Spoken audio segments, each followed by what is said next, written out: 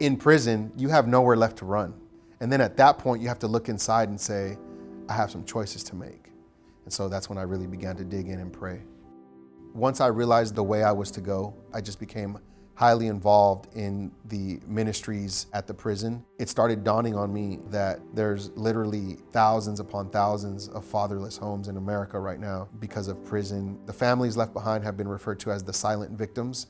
They've been referred to as the incarceration generation. And so when I left that place, there was a huge desire in me and a huge vision that God put in me to really walk with the fatherless and help to be a father to the fatherless. That started in me this vision to create Prison Families Aftercare, create a place where families of prisoners could come and get resources, provide mental health services, counseling, life coaching, relationship skills.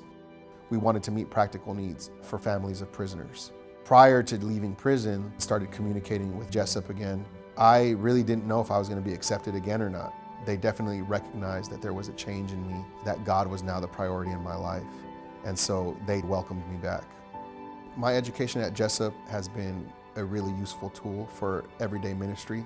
I'm really taking those things, and literally there are times when I will go to class and learn something, and the very next day I'm implementing that into a small group, or I'm implementing that into when I'm mentoring a youth. I'm really seeing how the educational piece at Jessup integrated with the theology piece in my personal walk with God is being used at the same time to help people. The closeness that I have with God, the relationship I have with God right now, I wouldn't trade it for the world. I think that if it hadn't been for my past, I wouldn't have the compassion and the drive that I currently have.